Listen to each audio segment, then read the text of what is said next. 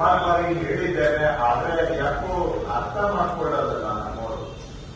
ಆಗುತ್ತೆ ಆಗೋದಿಲ್ಲ ಅನ್ನೋದನ್ನ ಸ್ಪಷ್ಟವಾಗಿ ಜನಗಳಿಗೆ ಹೇಳಬೇಕು. ಆಗೋದಿಲ್ಲ ಅಂತಂದ್ರೆ ಲಿಖಿತವಾಗಿ ಹೇಳಬೇಕು, ಬಾಯಿ ಮಾತಿನಲ್ಲಿ ಅಲ್ಲ.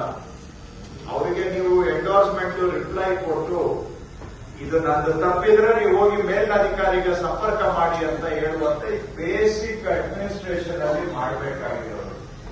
ಅದನ್ನ ಮಾಡದೇ ಇರೋದ್ರಿಂದ ಎಷ್ಟು ಜನ ತೊಂದರೆಗೆ ಸಿಕ್ಕಾಕೊಳ್ತಾ ಇದ್ದಾರೆ. ಬಹುಶಃ ನೀವು ಆಸೆ ಕೂತಿರ್ತೀರ, ನಿಮಗೆ ಗೊತ್ತಿಲ್ಲ.